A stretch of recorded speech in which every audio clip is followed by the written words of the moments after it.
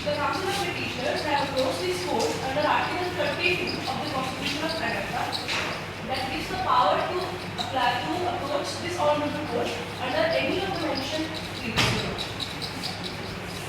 First, the Council seeks permission to proceed with the statement of facts. The Lordship in 2022, in the state of Agartha, it witnessed its 18th general election and in which the ABC party won the election with a 62% majority and formed its government. And Your Lordship, this ABC party's manifesto, it emphasized on the social distributive justice and inclusive growth. Your Lordship, to translate these promises into action, as the party promised, they initiated a scheme that is called the Unnati Abhiyan in 2023 that gave security to the marginalized society of the country, Your Lordship. Your Lordship, parallelly, there is this company that is the XYZ company limited. And it was a domestic technological giant and which was headquartered in Dholavira, which is a part of the country of Agartha, and it was flourishing as one of the Asia's largest social media platforms. Lordship, with more than half the population of Agartha as active users, this XYZ company has become an integral part of the country's digital and financial ecosystem. However, in the global economic crisis of 2023 that destabilized the company, pushing it to the brink of bankruptcy, Your Lordship. After that, the government took over the company and acquired this XYZ company as one of the government companies. And in 2025, the government introduced a Digital Personal Data Protection Amendment Bill 2025 in the House of Peers. That bill was classified as a money bill, thereby bypassing the scrutiny of the Council of Your Lordship. That bill later received the assent of the President and came into force.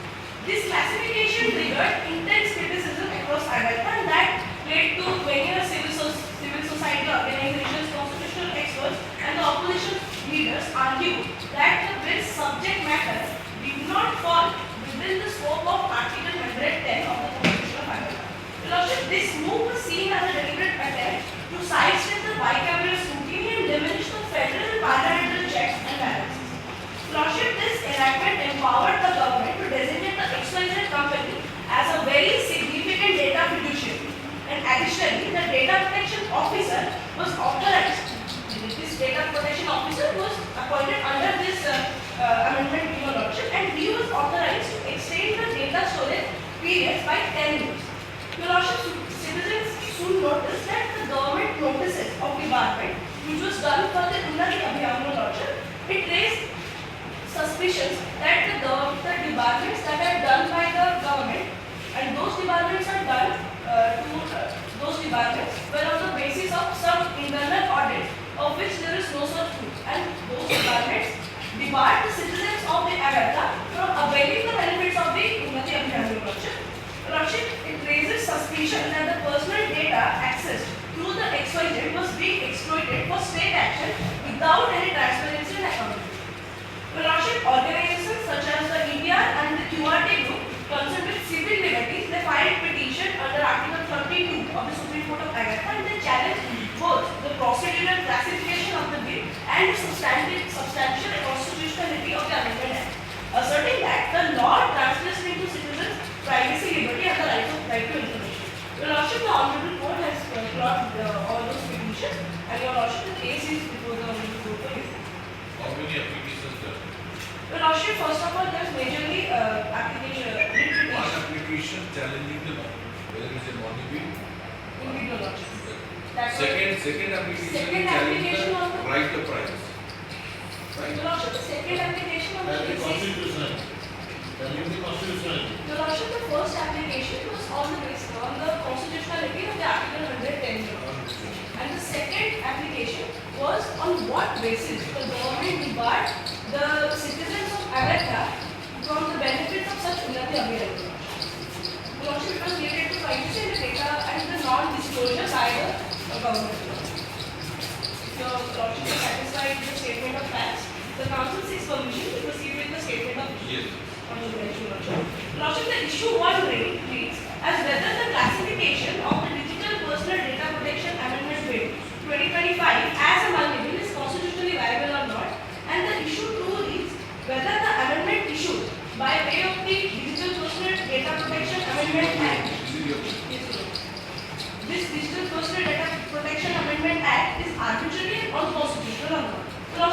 3 reads whether the non-disclosure clause as envisaged under the section 10A of this Act is constitutional and being violated of the right to information of the citizens or not. Your Lordship, issue 4 is whether the processing of such data that invoke the clause 2 of the schedule 1 under the guise of section 7 is constitutionally valid or not. Your Lordship, I would be dealing with issue 1 and 2. My co-counsel would be dealing with issue 3 and 4. You will address 1 and 2. If your Lordships are satisfied with the statement of issues, the council seeks permission to proceed with issue 1. Lordship, as the issue 1 reads that whether the classification of this Digital Personal Data Protection Amendment Bill 2025 as a money bill is constitutionally viable or not, your Lordship, it is to be understood that whether this particular bill falls under the ambit of Article 110 of the Constitution of India. Your Lordship, under this Article 110, it talks about what constitutes a money bill. Your Lordship, this Article 110 lays down an exhaustive definition of what constitutes such money bill, and the constitutional mandate is clear that such a bill to be deemed as a money bill only, Your Lordship, putting emphasis on the term only, if it contains provisions exclusively dealing with matters specified under Article 110 Clause 1, such as taxation, appropriation of funds or borrowing. If your Lordships may refer to Article 110 of the Constitution, Your Lordship. Your Lordship, I would like to read out the article. Lordship, talking about the definition of money bill, the clause 1 reads that for the purposes of this chapter, a bill shall be deemed to be a money bill if it contains only provisions dealing with all or any of the following matters. Lordship, these matters include, namely the input. Your Lordship, I am reading out the Article 110 of the Constitution. It reads that for the purposes of this chapter, a bill shall be deemed to be a money bill if it contains only provisions dealing with all or any of these following matters, namely the imposition, abolition, remission, alteration or regulation of any tax, and the regulation of the borrowing of money or the giving of any guarantee by the Government of India or the amendment of the law with respect to any financial obligation undertaken or to be undertaken by the Government of India. Lordship, as far as the subclause A and B is concerned, the objective of this bill, as mentioned under the proposition itself, Your Lordship, does not satisfy the first two subclauses. Your Lordship, reading further to subclause 3, that is that the custody of the consolidated fund or the contingency fund of India and the payment of monies into or the withdrawal of money from any such fund. You are referring to C or Your Lordship, C. 3. Your Lordship, clause 1, subclause C. C. Your Lordship, C. B and then C. Custody. Yes, Your Lordship. We talked about the custody of the consolidated fund or the contingency fund of India, which this bill clearly does not entertain any such matter. Your Lordship, reading further, it talked about the appropriation of money out of such fund in subclause D and the declaring of any expenditure to be expenditure charged on the consolidated fund in subclause E, and then reading that the receipt of money, an account of the consolidated fund of India or the public account of India, and the custody or issue of such money or the audits of the accounts of the union or the state. Your Lordship. And Your Lordship, further, the subclause G reads that any matter incidental to any of these matters specified in subclause A to F. Your Lordship, as far as the subclause A to F is concerned, as Your Lordship can clearly see, it talks about the monetary provisions. Those provisions that specifically talks about the imposition, abolition, remission or alteration of taxes. And Your Lordship, any such matter that directly deals with the custody of the consolidated fund of India and any such appropriation of money from such fund of India. And Your Lordship, as we can see, this particular amendment bill, and Your Lordship can refer to its annexure and schedule 1. Your Lordship, it is nowhere mentioned that this particular bill deals with any such monetary matter or any such financial matters. And Your Lordship, further adding to that, if Your Lordship may refer to P1, that is to page 3 of the compendium, Your Lordship. Compendium. also written P1. P1 and then page 2. Your Lordship, that is the window. There is complaint in your Lordship. Your Lordship. P1, page 3, Your Lordship.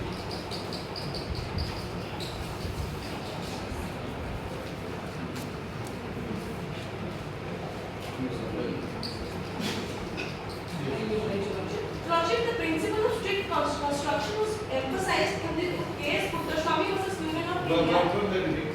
Your Lordship, I am reading it out from the memo. Which part? I would refer to the highlighted parts. What is Lordship, it is that if a bill. Your Lordship. Living 1.8.1. Your Lordship. Lordship, it is that if a bill deals with subjects that is beyond those enumerated under Article 110 Clause 1, it cannot be certified as a money bill. Your Lordship, in this particular judgment, the Supreme Court cautioned that the misuse of the money bill would effectively remove the Rajya Sabha of its constitutional role and thereby striking at the heart of the parliament. Your Lordship, subsequently, in Roger Matthew versus the South Indian Bank Limited, Your Lordship may refer to P2, that is page 8 and 9 of the Constitution.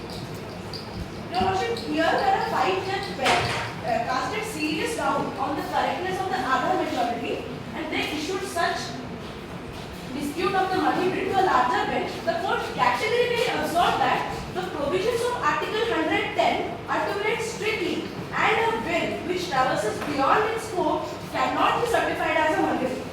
Your Lordship, as far as these two judgments are concerned, Lordship, it is undisputed that the scope of Article 110 is to be construed in a strict and narrow sense, Your Lordship, and it cannot be given in wider connotation because if it has to be given in wider scope, then the legislature or it can be abused by the legislature or any such other organs of a country to bring any such other bill that has only such ancillary or incidental matters to of a finance matter to constitute them as a money bill. And Your Lordship, for that purpose itself, we have to analyze the scope of money bill in a narrow sense. And Your Lordship, to add on to that, even in the Roger Matthew case, it was a 5-judge bench decision, Your Lordship, and they referred to specifically the scope of money bill for its scrutiny to a larger 7-judge bench, Your Lordship, due to its dispute with the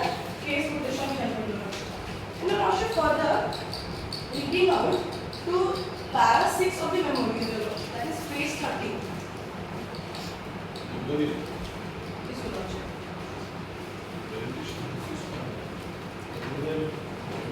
Your Lordship, that page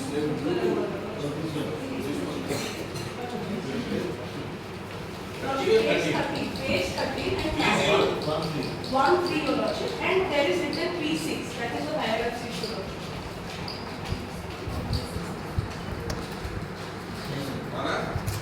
Para 6, Your Lordship, P6. Your Lordship, if we apply the same principles here in this present case, we can see that the provisions that introducing this very significant data fiduciary status and the non-disclosure obligations under section 10A and other adjudicatory mechanisms under section 10B, these are matters pertaining to privacy, data regulation and civil liberty. These are the domains wholly unrelated to taxation, borrowing or appropriation of any fund from the consolidated fund. So Lordship, further adding on to that, the true character of a bill, if we analyze that, it is not a matter of taxation, appropriation or borrowing of any money.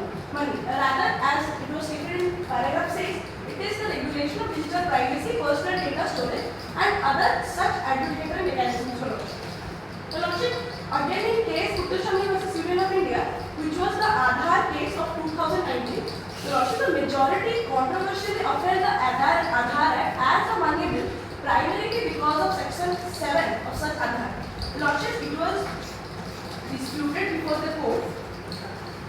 Lordship, it was disputed before this honorable court that whether the Aadhaar qualifies as a money bill or not. Lordship, the dispute was there because the Aadhaar included provisions related to that of privacy and data protection, Lordship. But Your Lordship, it is to understand that section 7 of the Aadhaar Act, it reads out that the central government or as the case may be, identity of an individual as a condition for receipt of subsidy, Your Lordship. It includes subsidy and the benefit of service for which the expenditure is to be incurred. So grant of concession. Indeed, Your Lordship. And here, as it is explicitly mentioned in the Act regarding the subsidy, it was approved by this Honorable Court as a money. It was approved by the Parliament as a money bill, and it was further ratified by the Honorable Court that it can be passed as a money bill. And Your Lordship, adding on to that, Your Lordship, while also reviewing the Part 40 of the Finance Act of 2017, that Your Lordship, it is Lordship, while reviewing the Part 40 of the Finance Act of 2017, it was in the Roger Matthews South Indian Act Limited case. Lordship, the dispute was whether this Part 14 of the Finance Act was a money bill or not. Lordship, in this particular judgment, they first decided on the basis that the Part 14 of the Finance Act, it specifically talked about tribunals and the merging of tribunals and the service conditions. As the petitioners in that case, as the respondents in that case, contended that it has to be passed as a money bill on the basis of its salary, Your Lordship. However, the Supreme Court rejected this contention and said that the interpretation of Article 110, it must be done in a much narrower sense, Your Lordship. And Your Lordship, listening my argument one there, and to cite it to Your Lordship that this particular bill cannot or it should not be passed as a money bill, as it does not contain any of these matters, and it has to be analyzed in a much narrower sense. If Your Lordship is satisfied the issue, the council seeks permission to proceed with the issue. Much obliged, Your Lordship.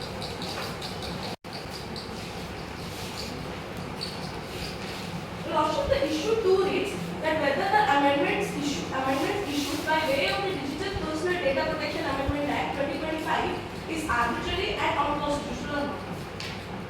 Your Lordship, it is humbly submitted before this Honorable Court that this Digital Personal Data Protection Amendment Act is indeed arbitrary and unconstitutional as it violates the fundamental rights guaranteed under Article 14, 19 and 21 of the Constitution.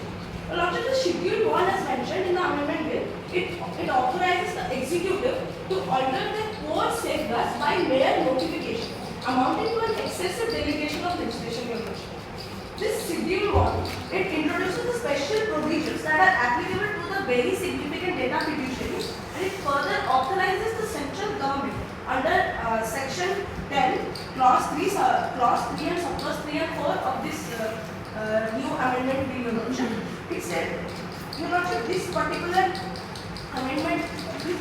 provision of this amendment bill, it says that notwithstanding anything contained in this act or any other law in force for the very significant data fiduciary shall be guided by the provision as prescribed in Schedule 1.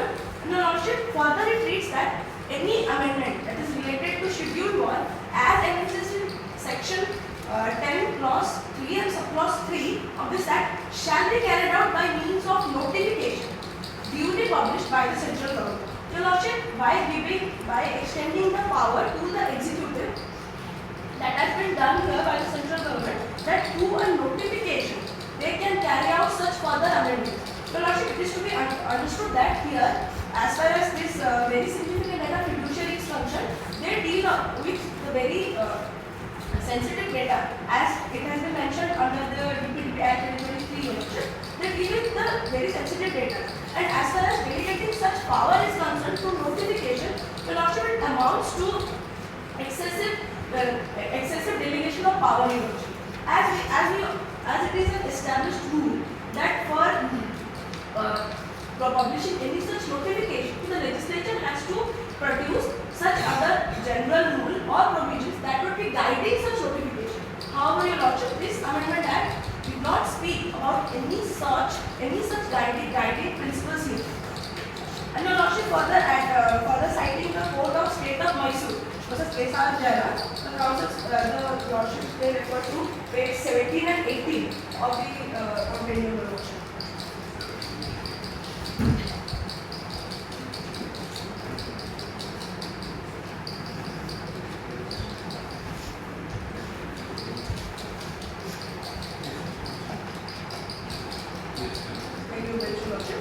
Lordship, this particular judgment struck down a rule that conferring the government with unbridled power to make appointments in the absence of the guiding principle, holding such discretion to be arbitrary and violative of Article 40. So Lordship, as whatever I am reading out, it is a brief of the highlighted parts of the judgment. And Lordship, it is established that by enabling the executive to unilaterally modify the data protection safeguards without the rigorous parliamentary scrutiny, as it has bypassed the Council of States and passing that particular bill as a money bill, they bypassed the scrutiny of the Council of States, and it was only passed to the Council of to the House of People.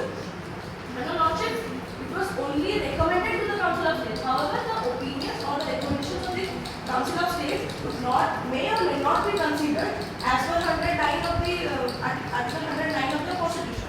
And Your Lordship, it is to be mentioned that it was a very arbitrary way to pass such a bill under the guise of a money bill to, Your Lordship, to bypass the scrutiny of the Parliament that permits for the creation of ad hoc exceptions or the additional obligations at will, and Your Lordship, thereby undermining the stability of the legal system. Your Lordship, the conferment of such overriding powers fails the test of manifest arbitrary discrimination, as laid down by this honorable. And a law is manifestly arbitrary where it is done without any adequate determining principle, and or it is excessive in nature, as it is seen that the power to amend this schedule, the power has been given to the central government, and they can amend it through a notification. There was no such guiding principle to check, to ensure that there is check and balances maintained, and whether such notification is with the principles of the core objective of the Act. In the Lordship, the Amendment Act specifies no such principle that could govern the invocation of Schedule 1, and no requirement of necessity or nor any proportionality check. The Lordship, as cited in KT Plantation Private Limited versus State of Karnataka, the Lordship kindly refer to page 20 of the complaint.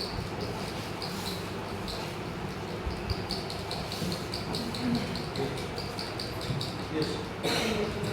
Lordship, in this particular case, the court reiterated that the unguided delegation enabling the arbitrary application of law, it offends the Article 14's guarantee of non-arbitrariness, and the same principle applies here with full force, Your Lordship. By enabling the executive to effectively rewrite the substantive data protection norms through notification, the legislature has abdicated its essential lawmaking function.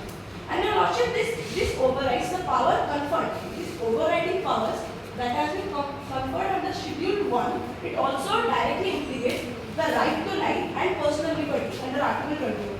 And Your Lordship, I would like to conclude my argument by citing to one more case, that is the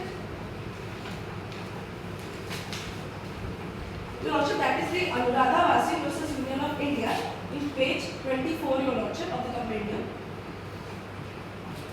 Your Lordship, in this case, while addressing the legality of the internet shutdown orders, this court, honorable court, categorically held that any restriction that impacts the fundamental rights, it must be published and made known to the public to enable the affected persons to challenge it. Whereas in this particular case, this non-disclosure clause was specifically mentioned that such basis on which the department notice was issued, it would not be disclosed. Lordship, my co-counsel will deal with this particular issue extensively.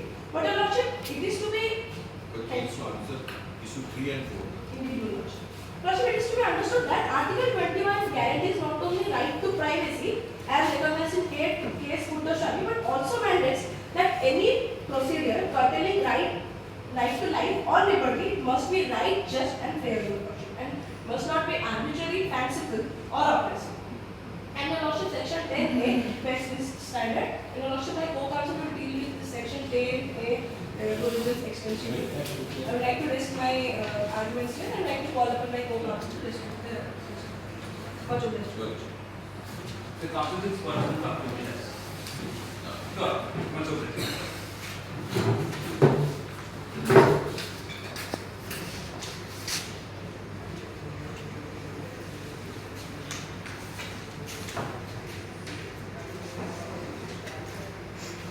wait please before your lordship.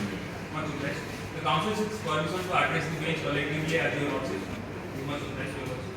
The council seeks permission to state the issue number 3 of this instant case. Much obliged. The issue number 3 is whether the non-disclosure clause as envisaged under section 10A of the Act is unconstitutional, being violative of the right to information of the citizens or not. The lordship, Article 19 of the Constitution provides certain rights of freedom. 19(1)(a) provides that every citizen shall have right to freedom of speech and expression. The lordship, this freedom of speech and expression flows from the liberty also. That is enshrined under the preamble of the Constitution, your lordship. Liberty of thought, belief, expression, faith and worship. Your lordship, one of the facets of the right to freedom of speech and expression is right to information. If your lordship, if I have your lordship's attention to the compendium page number 29, your lordship.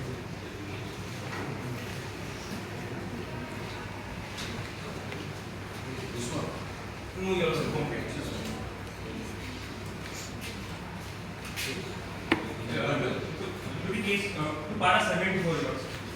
Highly obliged, your lordship. Your lordship, in the state of Uttar Pradesh versus Raj Narayan, Honorable Supreme Court has said that the people of this country have a right to know every public act, everything that is done in a public way by the public functionaries. Your lordship, section 10A of the DPTP Amendment Act 2025 imposes a blanket bar on disclosures by the data protection officers of a very significant data fiduciaries and exempts such records from the purview of the Right to Information Act. Your lordship, this ouster of the RTI regime violates the fundamental right to information which is implicit in Article 19(1)(a) of the Constitution, your lordship. Your lordship, the government of Agartala took majority control over the XYZ Limited, which is a social media and financial services giant, and effectively transferred into a public authority. Your lordship, when an RTI application was filed by the QRT group to ascertain the basis for the debarment notices, what data or evidence was relied upon, and the process of identifying individuals, yet the government denied disclosure invoking section 10A of the DPTP Act. Thus, individuals have been denied not only the right to know how a public program is administered, but also the crucial information to defend themselves against governmental action. Lordship, in the same instance, Article 14, if I have a lordship's attention to the Article 14 of the Constitution, it states that the state shall not deny any person equality before law and equal protection of law in the territory of India. The lordships, the Article 14 prohibits class legislation, but doesn't prohibit reasonable classification. Your lordships, their twin test was laid down by the Honorable Court in the case of Anwar Ali Sarkar versus State of West Bengal, that there must be an intelligible difference here, and then second, there must be a rational nexus with the object sought to be achieved by the act. Your lordships, in the instant case, this provision clearly fails those two tests. Your lordships, furthermore, in the case of Ippi Royappa versus State of Tamil Nadu in 1974, your lordships, Honorable Court analyzed that equality is a dynamic concept. It cannot be confined to the reasonable classification text. Your lordships, reasonable classification is one of the subpart of the wider connotation of the wider good of the non-arbitrariness. Your lordships, equality and arbitrariness are sworn enemies. They cannot go together. Your lordships, this non-disclosure violated Article 14. Your lordships, Honorable Court also has, through various judgments, analyzed that your lordships, Article 14 also incorporates the rule of law as given by A.B. Dyson. Your lordships, there are three components of this rule of law. That is supremacy of law, equality before law, third being the predominance of the legal scheme. Your lordships, equality has to be followed in every aspect. Your lordships, Article 14 also embodies the principles of natural justice. Your lordships, one of the facets of the natural justice is a speaking order has to be passed. That was also held by this Honorable Supreme Court in the case of Maneka Gandhi versus Union of India. Your lordships, speaking order means a reasoned order has to be passed. While debarment was made by the government, they didn't disclose what is the reasoning behind passing such decision. Your lordships, this violated the violated the Article 21. Your lordship, that is said that no person shall be deprived of his life and liberty except in accordance with the procedure established by law.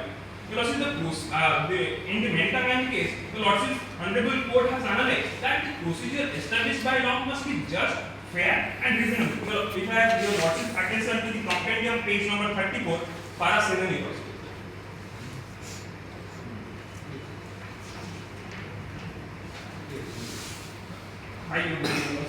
It states that this thing, the Supreme Court held that law affecting fundamental rights must be right, just and fair and not arbitrary. Your lordship, first, by not giving the reason, this violated Article 21 of the petitioner number 2. Your lordship, the denial of the reasons for the adverse action is antithetical to the fair process. Your lordship, the speaking order has to be passed, stating specific reasons for such decision. Section 10A is structured in a way that denies citizens access to reasons and data underlying governmental decisions, thereby violating the duty of the transparency and rational disclosure. Lordships, if I have lordship's attention to the last page, to the case of Kausal Kishore versus State of UP. Which page? Lordship, in last page, compendium.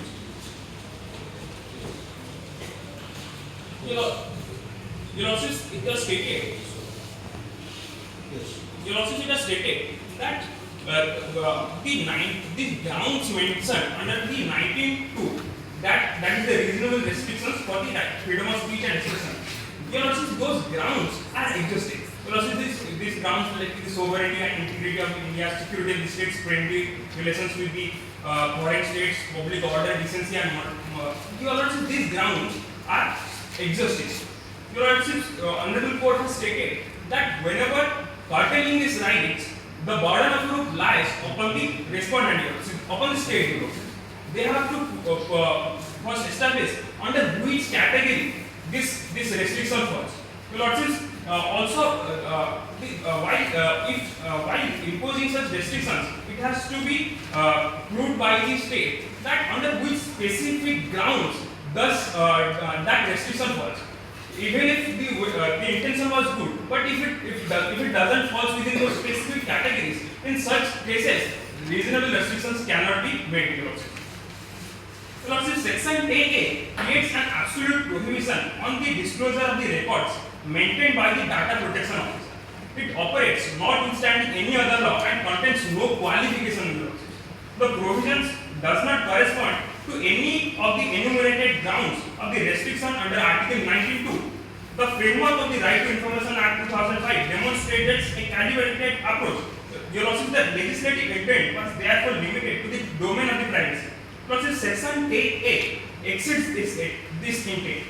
It extinguishes access not only on personal information but also at aggregate, non-personal and administrative data that are necessary for public accountability. Such a blanket prohibition is inconsistent with the principles of proportionality. Your lordship, in State of UP versus Raj Narayan, the Supreme Court had held that secrecy in governance must be confined to cases where it is indispensable for reasons of security and of genuine public interest. Your lordship, secrecy in ordinary administrative matters, the court observed, is generally sought for the bureaucratic convenience or self-interest, your lordship, and undermines public accountability. Section 10A, by extending this confidentiality to the routine business of the data protection office and to the operations of the XYZ Limited company now performing the public functions under the government control, fails to meet this constitutional test. Also, the combined effect is that Section 10A imposes an unreasonable and disproportionate restriction on the right to information and thus violates Article 14 and Article 21 of the Constitution of India. Also, the right to information is integral to democracy and rule of law, and it enables citizens to expose corruption and abuses. Your lordship, if I have your lordship's attention to page number 38 of the compendium, that is para 37, your lordship.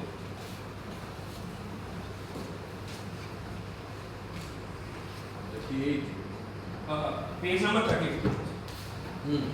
in para 37, your losses in the case of Union of India versus Association for Democratic Reforms, it was said that citizens' ability to make informed decisions and form opinions on public affairs is prescribed on access to relevant information.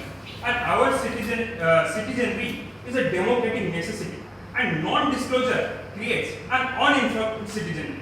Your lordships, one-sided information, non-information, misinformation, disinformation, all equally create an uninformed citizenry. Your lordships, when your lordships, this uninformed citizenry make the democracy a farce.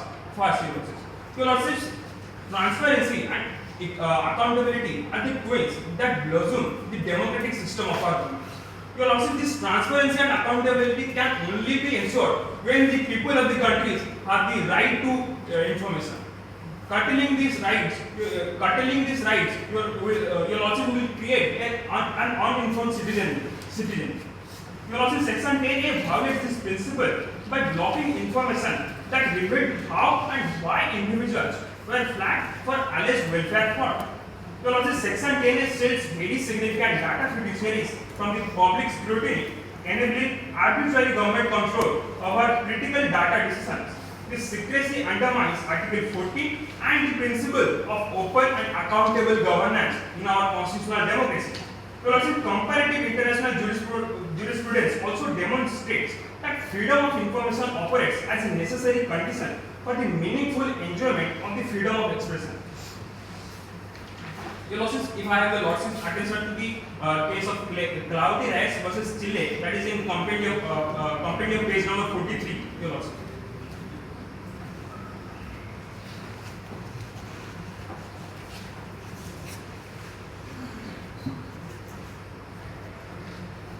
So grateful, your lordship. In this case, the Inter-American Court of Human Rights was the first to recognize the human right of the access to state-led information as an element of freedom of expression. It held that there is a general presumption in favor of the disclosure. All information held by the public authorities should be accessible, subject only to narrow exceptions that satisfy legitimate aims. Your lordship, states are obligated to establish laws that ensure maximum disclosure and to reform secrecy laws and practices that impede access. However, your lordship, Section 10A does the opposite. It enacts a new secrecy rule rather than a tailored exception, and therefore fails to meet the standards of necessity and proportionality required for any restriction on information rights. Your lordship, the impound clause creates an irrational distinction between data held by a very significant data fiduciaries and that held by the other public authorities. While a private entity like your lordship, while a private entity like the XYZ Limited would normally be outside the RTA scope, the government control typically subjects it to the RTA Act unless the valid exemptions are applied. Your lordship, therefore, it is humbly submitted that Section 10A is unconstitutional as it curtails citizens' right to information under Article 19(1)A, Article 14, and Article 21 of the Constitution. The Council seeks permission to proceed with the issue number 4. Much obliged. Your lordship, issue number 4 states that whether the processing of the data invoking clause 2 of the Schedule 1 under the guise of the Section 7 is constitutionally valid or not. Your lordship, clause 2 provides that the state exercising Section 7 of this Act can direct very significant data fiduciaries through the data protection officer to process any data as per the requirement. Your lordship, this grants the government sweeping power to assess and use extensive stores of data held by the private or public entities like the XYZ Limited for its purposes. Your lordship, it undermines citizens' control over this personal information and directly infringing the fundamental right to privacy which is guaranteed under Article 21 of the Constitution. Your lordship. Your lordship, in Justice K. Swami versus Union of India, that is your lordship, page number 48 of the compendium. Your lordship. If the losses are with me on 14. And your lordship. Your lordship, a 9-judge bench affirmed that privacy, especially over the personal information, is a core of the right to life and liberty. Any curtailment of this right must satisfy the strict necessity and proportionality test. which has three prongs here also. First, that is legality, that is the action must have a valid law backing it with adequate procedural safeguards. Second, there must be a legitimate aim. Third, the proportionality of the intrusion here also. Clause 2 of the Schedule 1 in conjunction with the Section 7 of the DPDP Act doesn't satisfy the constitutional standard. While the amendment is formally a law, its vagueness and absence of guiding principles render it deficient in the substantive legally required under Article 21. The provisions allows data processing as per the requirement whenever the state invokes Section 7. Section 7 of the Parent Act lists certain legitimate uses where personal data can be processed without consent, including the broad categories like for the performance of the state or in function under the law. Also, these categories are excessively broad and undefined. Such that virtually any governmental objective could be subsumed under this vague levels of the performance of the function of the state or public order.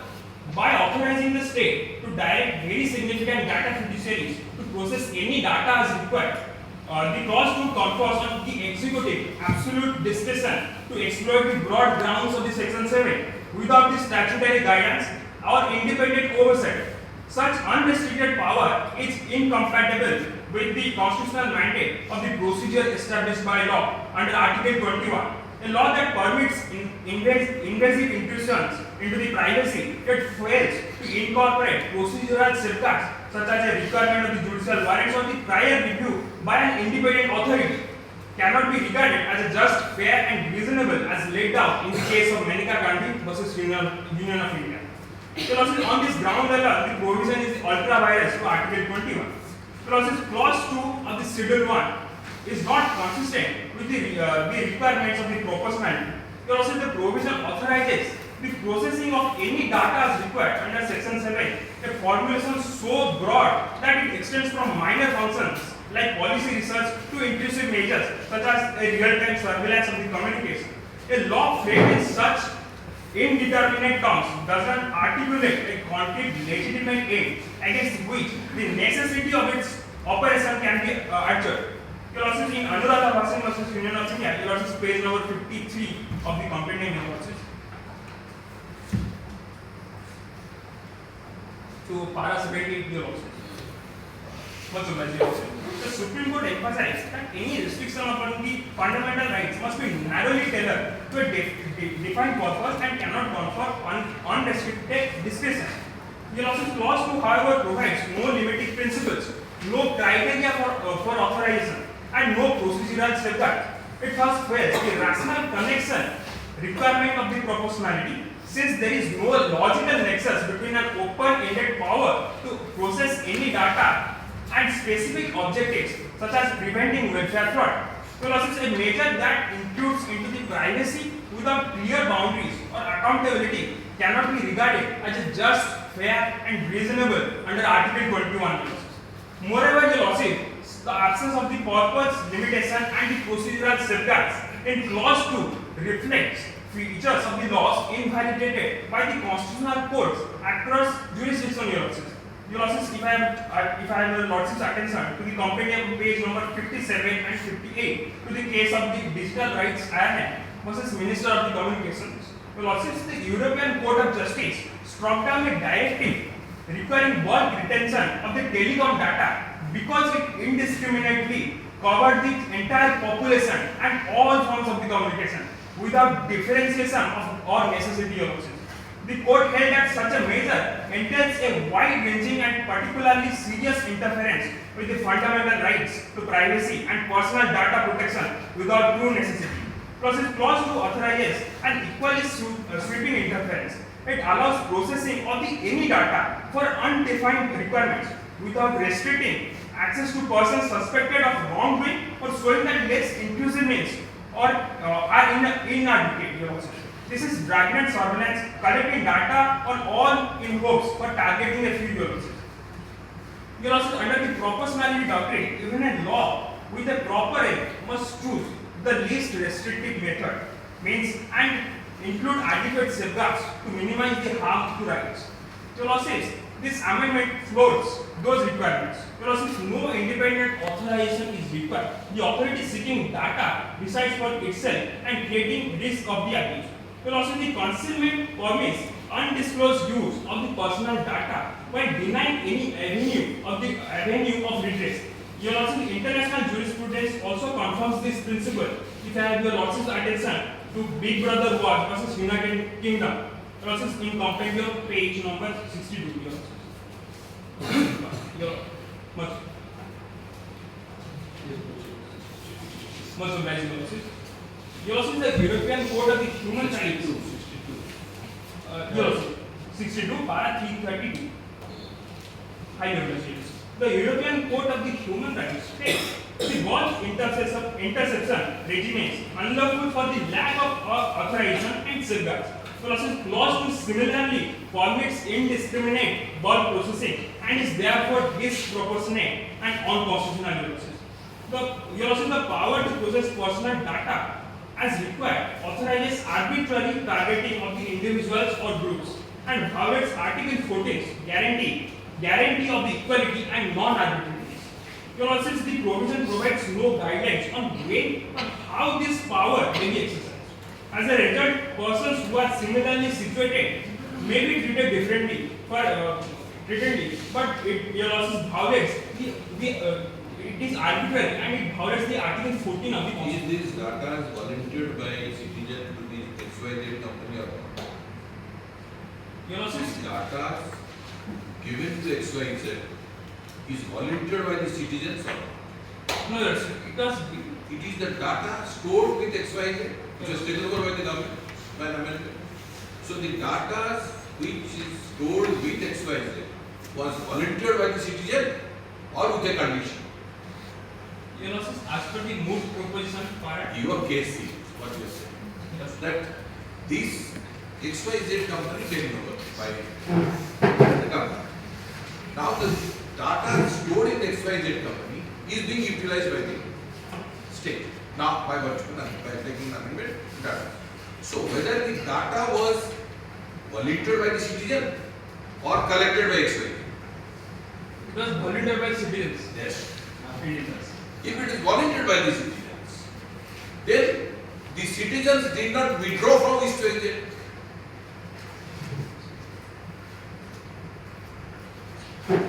Yes, Lord, but only for a particular purpose under section 7. Your case is under RTA, the information that you are seeking is not provided by the information. Yes.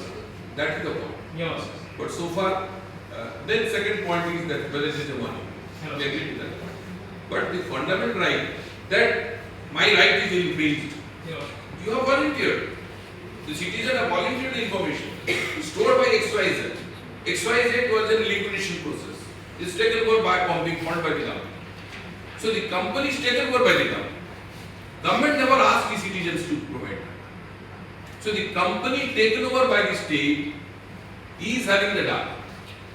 Now those data are being utilized against the Unnati scheme.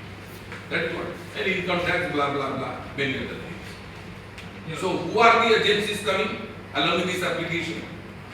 The agencies coming, those are financially involved in XYZ. So their right, their funds, where from they collected, how it is utilized. So what is your answer? The benefits of the Unnati Abhiyan schemes was for specific purpose of which is given by the citizens. The department notices which are issued must be based on the reason analysis. A speaking order has to be passed. That's a mere department notices were given, but they didn't cite any reason why you are wrongfully benefited or why you are issuing department notices. That reason has to be cited. By not disclosing this reason, this violated Article 21.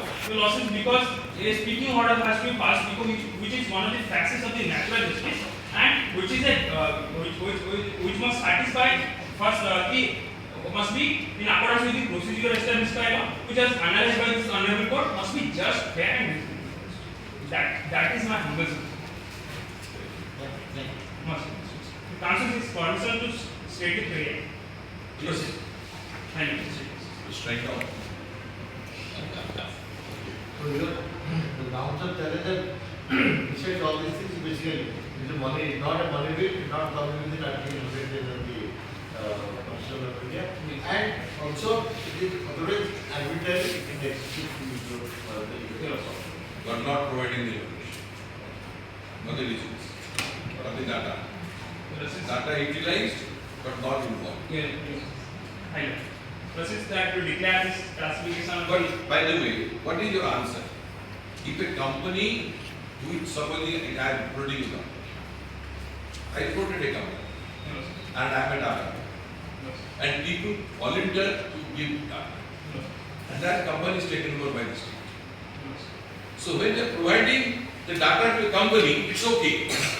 But when it is run by the government, you say no, you give me the permission. The means and purpose has to accept. Whenever we are providing a data to a company for a specific means and purpose, for instance, if a person wants to avail beneficiaries, the pregnant woman wants a benefit under this government scheme. The data has to be processed for that purpose, like linking the Aadhaar.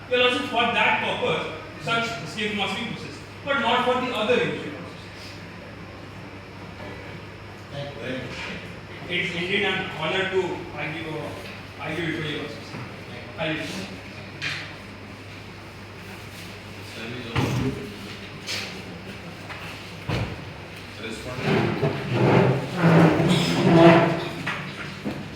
Council seeks permission to oppose the tax. Yeah.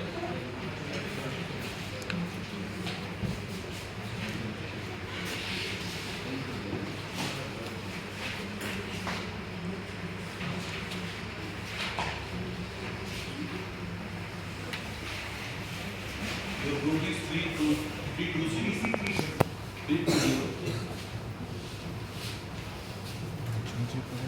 Yours is 305. Greetings to the honorable bench. This one.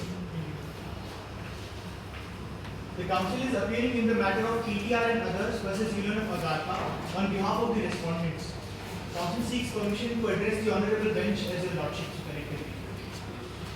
If your lordships are well versed with the facts of the case, council seeks permission to move to the issues of the case. Yes.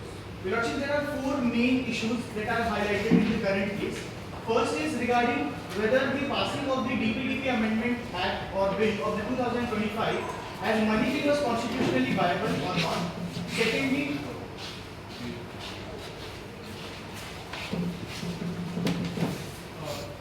Council pleads ignorance. Before proceeding to the main arguments, Council has submitted an application under Order 6 Rule 17 of the CPC regarding a typographical error into the memorial. Council would just like to specify which parts we are reading correct.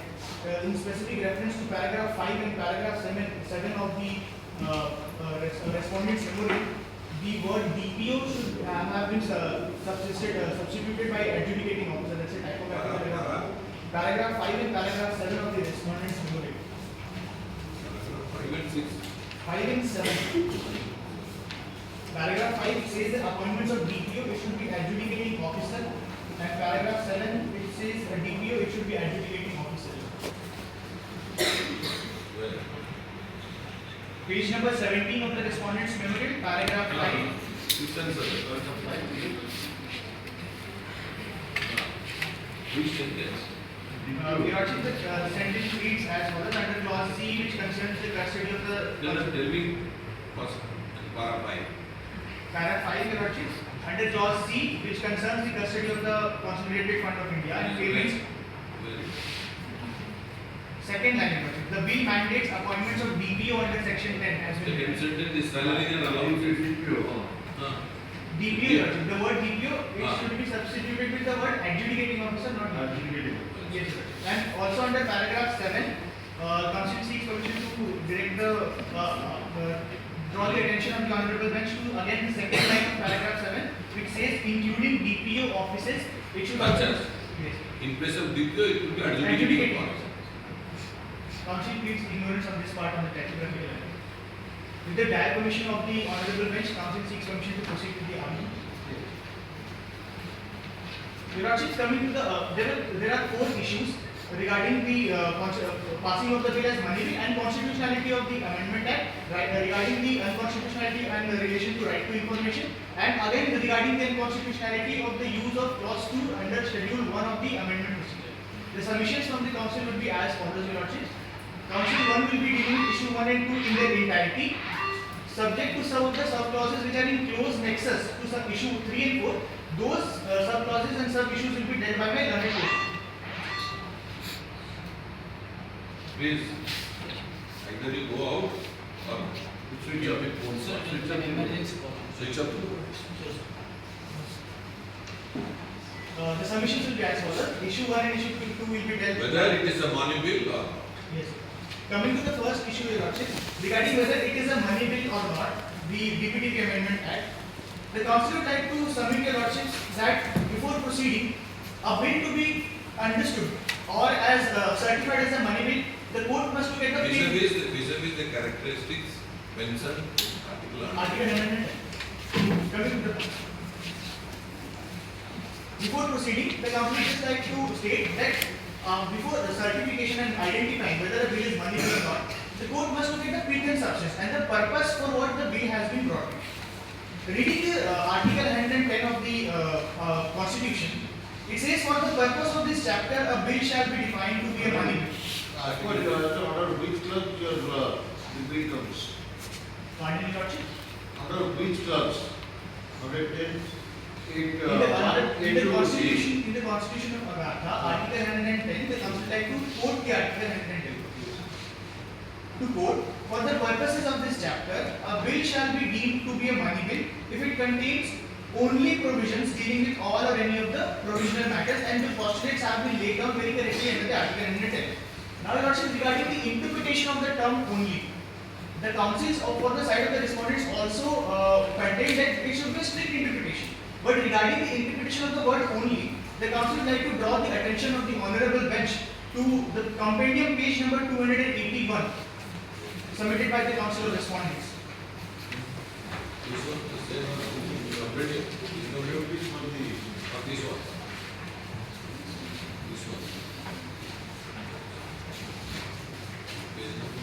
Page number 281.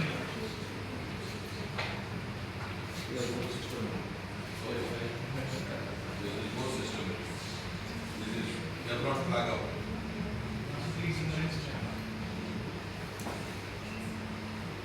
With preparation was yes. 281, yes. Page number 281, paragraph 115, Your Lordship. The council, paragraph 115, the last paragraph in page number 281 regarding the case of Roger Matthew versus South India Bank Limited. To specify the line 6 says, referring to the definition of money bill and the meaning and the purpose of the word only. The purpose of the word only used in Article 110 clause 1 of the Constitution, it has been observed that the legislative intent to use this word is that the main and the substantive provision of the enactment should only be any or all of the subclauses from A to F. That means, Your Lordship, that the interpretation of the word only should be done to identify whether the amendment's substantive provision has to fall under the clauses which has been laid down under Article 110.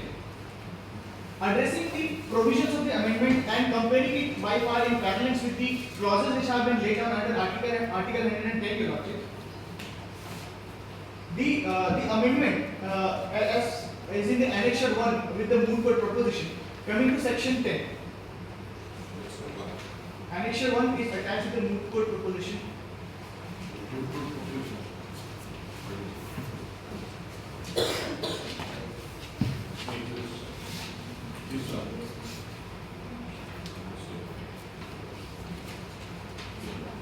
The council would like to contend that how the provisions of the amendment are in direct connection to the postulates which have been laid down under Article 110.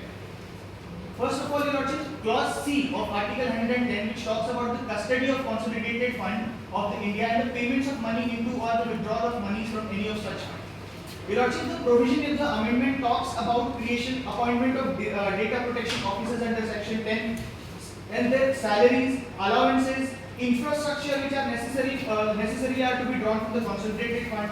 The establishment of regulatory framework for the very significant data fiduciaries likewise entails procurement of technology, operational expenses, administrative support, all should be funded through the Consolidated Fund of India. The annexure and the amendment provisions has laid down for data regulation. The provisions are to be read in consonance with the Consolidated Fund of India. Your Lordship, it is well implied that if the government is creating a very significant data fiduciary class, there has to be the regulatory framework for that. If there is an officer, adjudicating officer which has been appointed, there has to be salary, allowances, grievance redressal, there has to be technology, there has to be development of infrastructure, and everything has to be funded from the Consolidated Fund of India itself, Your Lordship.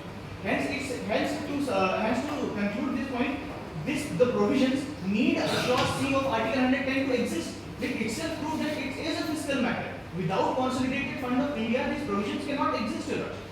Coming to clause D of Article 110, which talks about appropriation of money out of the Consolidated Fund of India.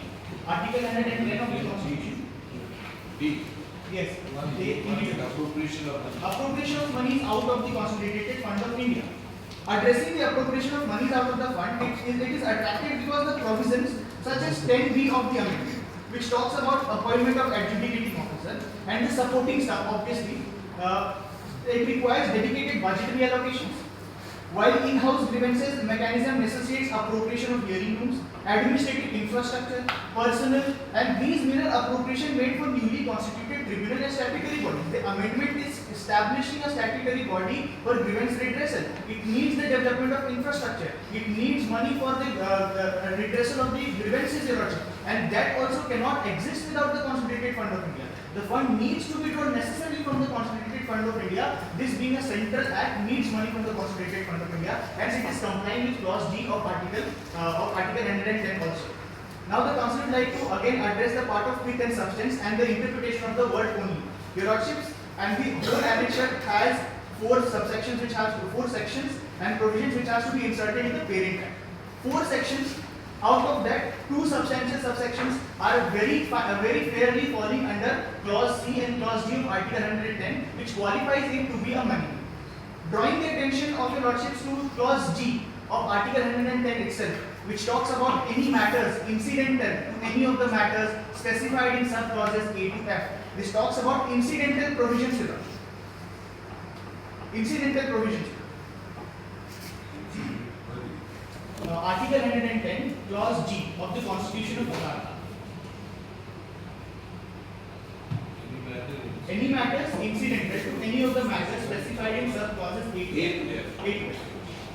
4 provisions, out of which 2 are in complete parallels to clause C and clause D. Remaining 4 are regulatory frameworks which has to be there for the existence of the whole statute, which are the incidental matters. But do you have the evidence that the fund out of which this company was acquired was not consolidated? Your Lordship, the council is not contending about the acquiring. The council is contending about the amendment. Acquiring was done by the government, that is a whole different topic. We are just arguing on the amendment which has been brought. Whether the provisions of the amendment are falling under the postulate state under Article 110, we fairly agree that it is falling. And we have justified how it is coming under C and D. Because for infrastructure development, for every of the framework which has to be set up under the amendment, it needs money from the Consolidated Fund of India, and that is very clear. Regarding the acquiring of the company, that is not matters incidental to the issues and the amendment. Moving ahead, regarding the incidental provisions of an act, if those acts are substituting and are very necessary for the substantial provisions to exist solely, then they also will accompany, and they will accompany it as a money. As the council contended, there are 4 provisions which are being added: amendments to section 10, insertion of section 10A and 10B, and the schedule. 4 provisions. Yes, indeed. Section 10A and 2 of the provisions are fairly falling under Article 110. The rest of the procedures are the framework which needs to be there for the procurement and for the establishment of the main provisions. And according to section clause D of Article 110, they too qualify because they are incidental provisions to the fiscal nature of the statute. If the incidental provisions do not exist, the main purpose and the main purpose of the statute won't exist here. By this, the council would like to argue that the provisions of the amendment are fairly falling under money bill, and there is no issue to declare it as a money bill. the petitioners are contending and saying that the speaker certification to the money bill is not final. Then they say that it can be brought under judicial scrutiny. We agree that it has to be brought under judicial scrutiny and it is not excluded from the scrutiny of this honorable bench, Your Lordship. But if the bill itself is very fairly under Article 110, certification cannot be put into question, Your Lordship. It is fairly falling under Article DNB of the Article 110, then there is no point to question certification by the Speaker, Your Lordship. Hence, to conclude issue 1, the Council would like to argue that the amendments and the provisions are fairly falling under the Article 110 and qualifies to be a money bill, and Speaker certification has not to be brought into this, Your Lordship, because it is a money bill, and hence, because the House of People has been elected and have been exclusively given the power that if a bill is money bill, then they should pass it like a money bill, the procedures laid down in the Constitution. Speaker has been just complying with the word. By this, the Council completes the arguments of issue 1. With the permission of the Honorable Bench, Council seeks permission to proceed with the issue 2. Your Lordship, issue 2 deals with the asks the basic question about whether the amendment, the DPDP Amendment Act of 2025 is arbitrary and unconstitutional. Council will be dealing with this issue under 2 heads: regarding the arbitrariness, which the allegations have been brought against the state, and regarding the unconstitutionality. As contended before, the unconstitutionality part will be dealt in with issue 3 and issue 4 by my learned co-counsel, because they are in close nexus with the issues. Council, myself, will be dealing with the arbitrary nature and addressing the allegations regarding the arbitrariness of the statute.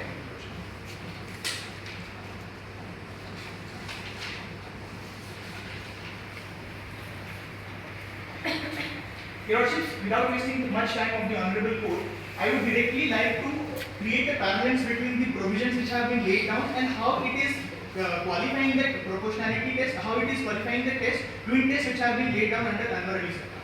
For a provision to be rendered arbitrary, Article 14 comes into play of the Constitution, and it has to be a reasonable classification. Reasonable classification. Privacy, right is provision. And you say it's a private right, which cannot be shared. Restrictions of the RPA Act is Indeed, is of Indeed. If the bench is well content with the arguments of issue number 3, I would like to proceed with issue number 4. Issues framed and arguments advanced, authorities cited. The respondents, the counsel for the respondent would like to pray to this honorable court first to issue an appropriate order dismissing the entire petition filed by the petitioners and upholding the constitutionality of the said Amendment Act. Secondly, to issue an appropriate order affirming that the classification of the Digital Personal Data Protection Amendment Bill 2025 was correctly done as a money bill.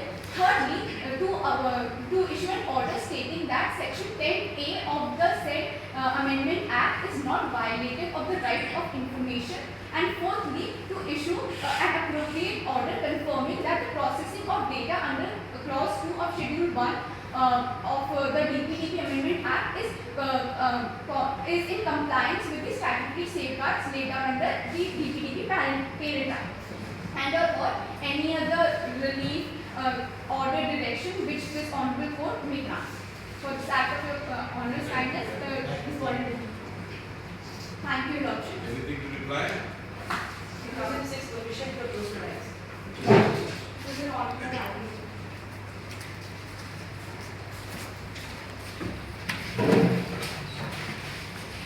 My counsel has contended that the current amendment, it falls under Article 110 under the doctrine of pith and substance. Your Lordship, I would like to explain the meaning of the doctrine of pith and substance. It states that while enacting a law, if the core issue relates to the law but the ancillary essences encroach to another law, in that case, Your Lordship, we have to analyze what does the enactment's core issue deals with. If such core issue that the enactment deals with falls within the ambit of such disputed act or such disputed law, in this case that is Article 110, then we can say that the pith and substance has been established. Your Lordship, in this matter, if your Lordships may refer to Article 110 again. Your Lordships, my learned counsel has explained the clause 1 but forgot to put light on clause 2, Your Lordship, that states that a bill shall not be deemed to be a money bill. If your Lords are with me, this is Article 110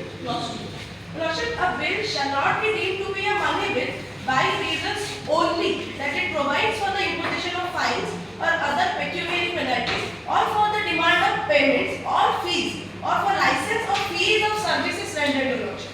Your Lordship, as my learned opposite counsel contended that this bill was passed as a money bill on the ground that it dealt with matters of the salaries and the allowances, the services rendered, etc., infrastructure. Your Lordship, these grounds, these are the ancillary matters. And Your Lordship, there are multiple enactments. They deal with these multiple enactments. All those enactments, they deal with such matters, salaries, allowances, etc. That does not mean that the Parliament will take every other act and put it under the guise of money bill, Your Lordship. And it clearly violates the classification of other bills from money bill, Your Lordship. And Your Lordship, again in the Roger Matthew case, as my learned counsel said, Your Lordship, I would just like to take 1 minute. Your Lordship, there are so many laws as we have. Your Lordship, I take half a minute. Maybe a minute. Your Lordship, as it was cited in Roger Matthew's case, as the learned counsel said, that the interpretation of the term only. Your Lordship, this particular interpretation of the term only is still yet to be decided and referred to a sudden judgment. And until then, it has to be interpreted in a very exhaustive manner, as it is mentioned in Article 110. And Your Lordship, hence it does not constitute as a money bill, as my learned counsel contended that on the basis of salaries, it amounts as a money bill. And Your Lordship, further referring to, as my learned counsel mentioned about the RTI application, Your Lordship, the RTI application is not on the personal data, but on the reasons basing on which the government debarred the citizen from the Unnati Abhiyan. And Your Lordship, it is mentioned in the proposition itself. And Your Lordship, also the government has sought exemption under section 10A, but Your Lordship, section 10A in the new amendment bill, it talks about the exemption of the very significant data fiduciary, and that is the XYZ company in this concerned matter, and not the government. So how can government sought exemption under section 10A, which is meant for a very different purpose? They are saying section 8 is a pass, providing possibility. Section 8 is passed under the RTI Act to provide any personal information to a person. Supposing X is asking why is information, can it be said? Your Lordship, it is to be noted that as per the section 8 Your Lordship mentioned, Your Lordship, here that section 8, it has to be interpreted in a manner that all the people of the Agatha, they have been debarred from the information on the basis of which, Your Lordship, the question that was asked, that on the basis of which particular matter they have been debarred. Your Lordship, there is no such disclosure on which ground they have been debarred. Your Lordship, the matter is not about why they are not disclosing or disclosing. That is a separate matter, Your Lordship. But as far as the disclosure case is concerned, they did not mention the grounds. And Your Lordship, if there is no mention of such grounds, how can a person really go before Your Lordship and file a case, as they mentioned that any person can come and file and the organizations does not stand as per this act to file a case. Your Lordship, they did not provide any ground. And if there is no such ground, what is the other alternative that is left for the people to approach the court? And Your Lordship, such other ground is the non-disclosure clause itself.